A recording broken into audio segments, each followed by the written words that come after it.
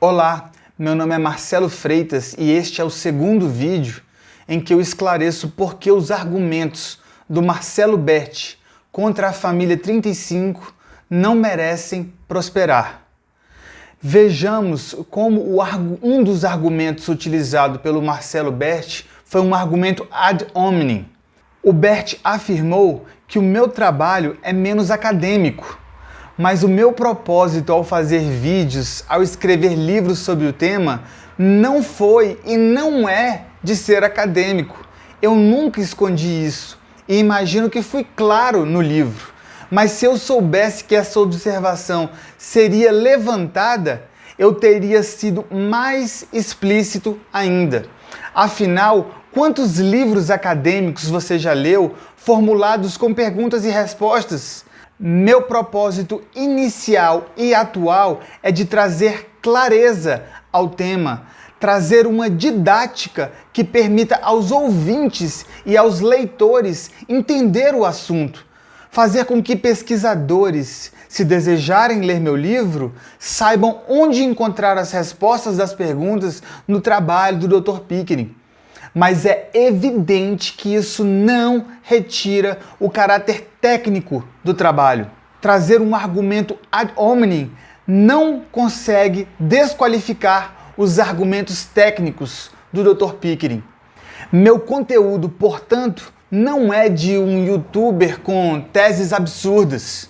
Então, voltando aos problemas textuais, como as variantes, os erros, os problemas textuais estão nos manuscritos, existem para quem quiser ver, como fazer então para dizer que o texto dos manuscritos alexandrinos, que o texto crítico usa, é bom? O Berti explicou no vídeo, mas eu achei que foi muito superficial. O Berti cita o texto da UBS, United Bible Societies, que pega o número monstruoso de variantes que existem nos manuscritos e divide em grupos. Então tem o grupo A, B, C e D.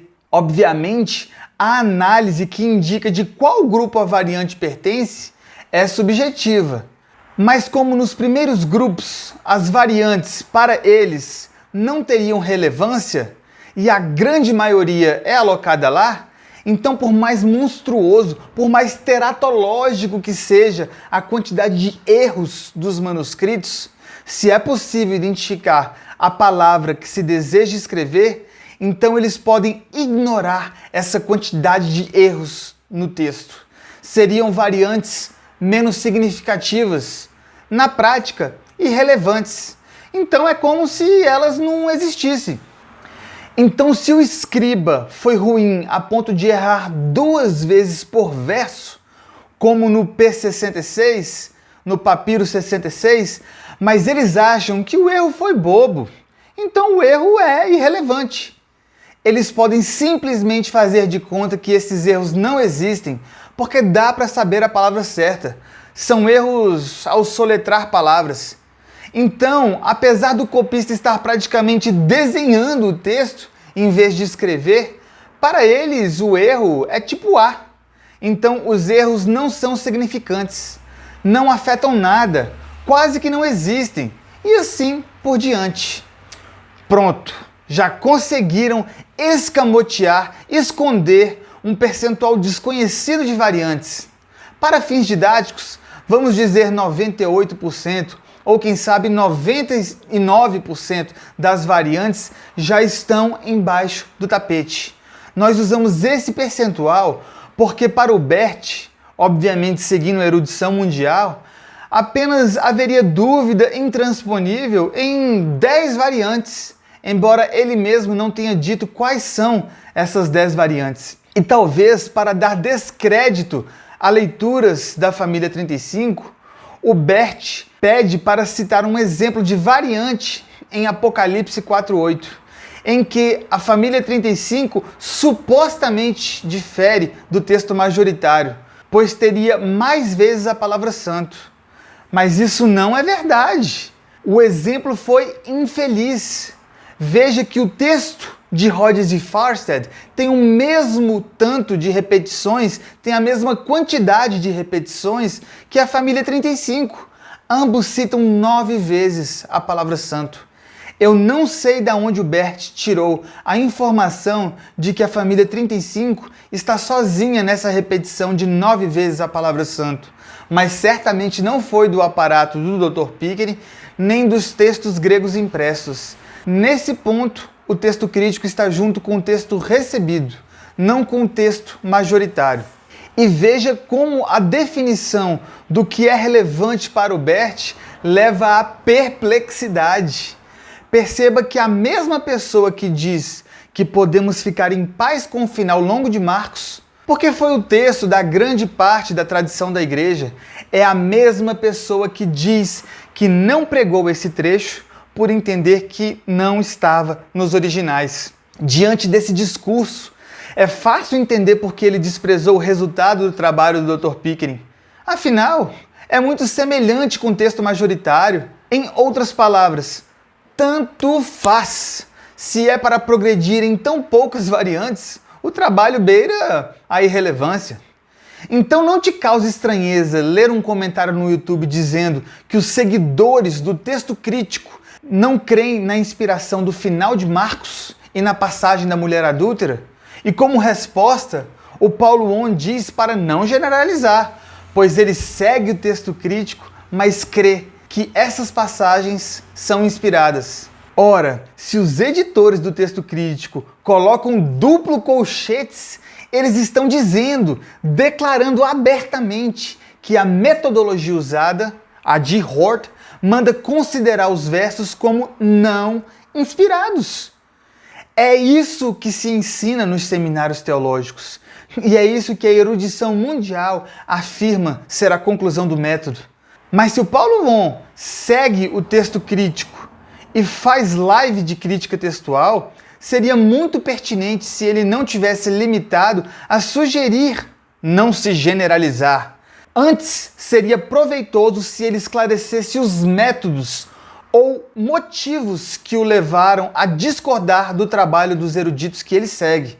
Seria muito estranho se esse entendimento do Paulo Von de considerar esses trechos inspirados tiver sido adquirido no grande seminário que ele cursou em Edinburgh com o eminente Paul Foster, pois a orientação dos editores da Bíblia do grande centro de pesquisa de crítica textual em Münster, na Alemanha, é de que deve-se interpretar que esses versos não são inspirados, não fazem parte da Bíblia. Então, como não generalizar? Mas como Paulo Von não declarou seu critério para ignorar o resultado da metodologia seguida pelos brilhantes seminários e pelos eminentes professores que seguem o texto crítico, eu não conheço os motivos que levaram o Paulo On a ter essa convicção. Não sei por que ele resolveu seguir no final de Marcos, nos 12 últimos versos, 99,9% dos manuscritos que são tardios, em vez de preferir os 2 manuscritos antigos. Aqueles 2 que um tem uma coluna em branco, o Vaticanos, e o outro tem uma falsificação nessa parte, os Sinaíticos. Então, se alguém acha que esses exemplos não são incoerentes, saiba que nós temos pressupostos diferentes. Nossa premissa é que se Deus inspirou cada palavra do Novo Testamento, Ele também preservou cada palavra.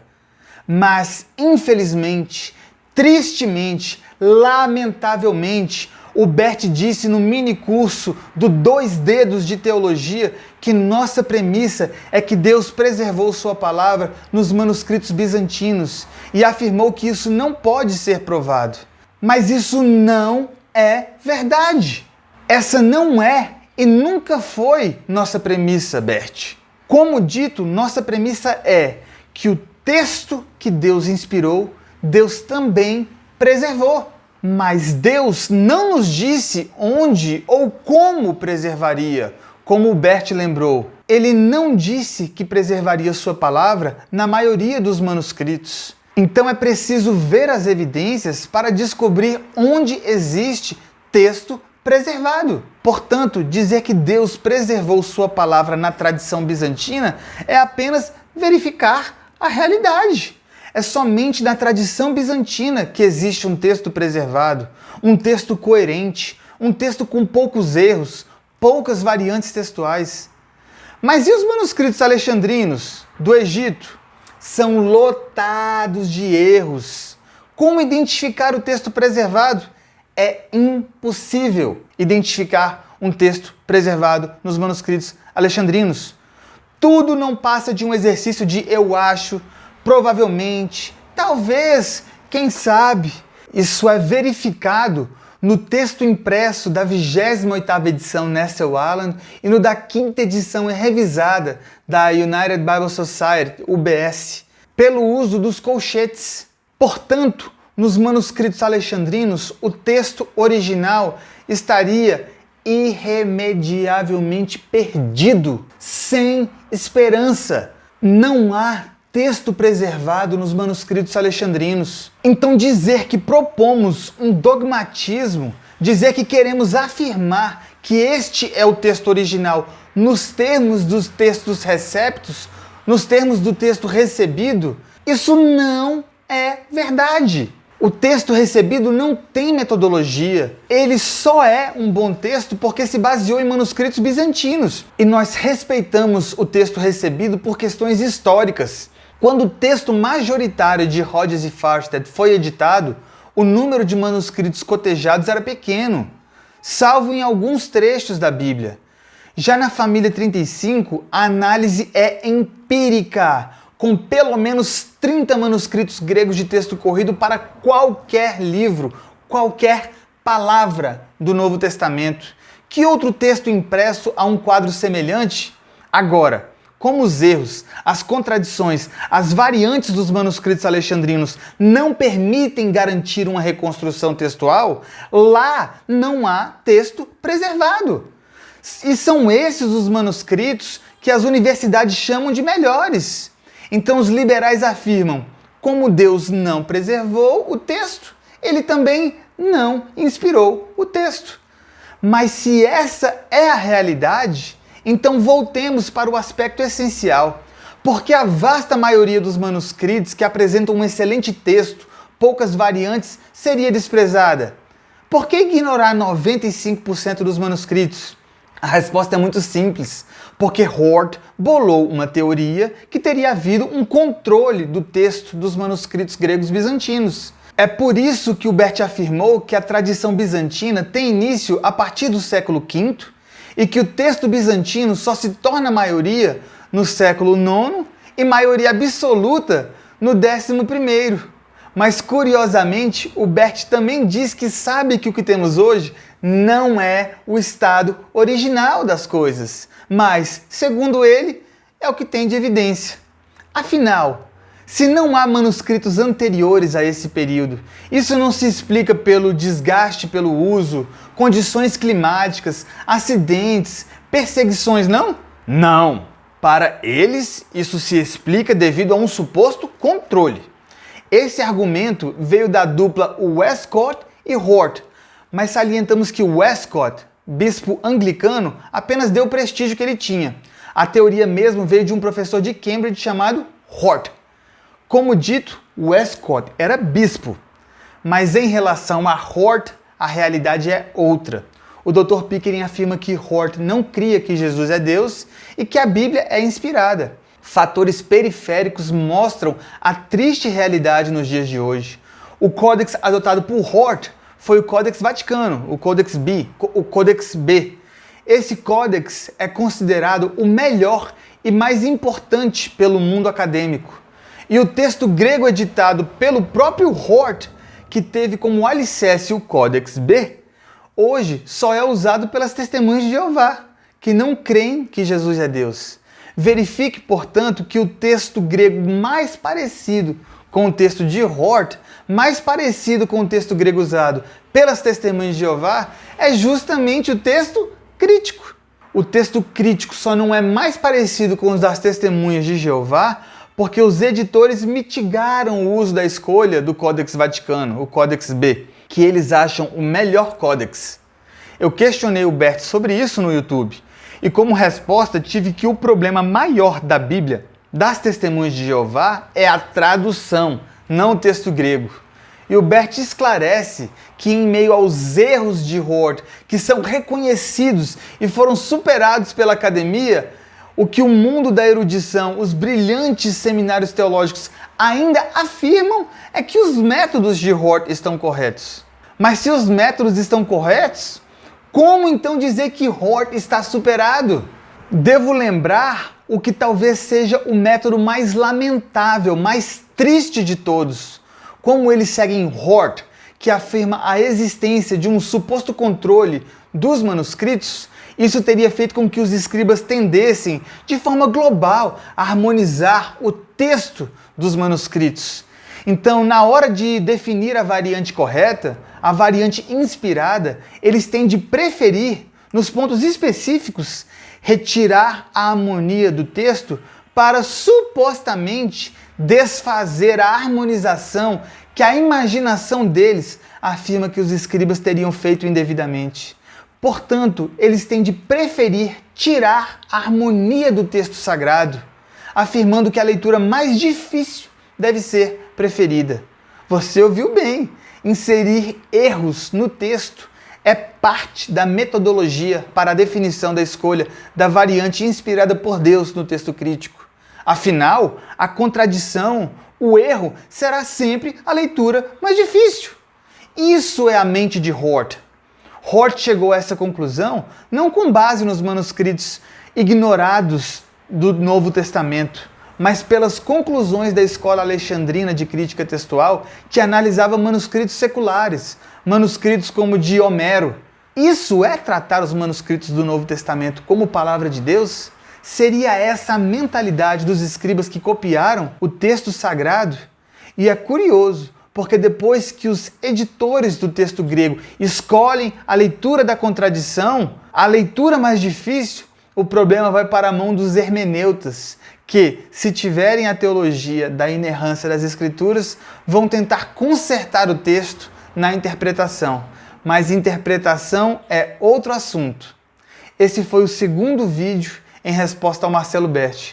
Como já disse, esse vídeo é diferente do habitual, pois estou atendendo a pedidos de internautas. Portanto, se eu fizesse um vídeo com grandes edições, isso demoraria muito. Deus preservou o seu texto e nós sabemos qual é. Obrigado e até o próximo vídeo.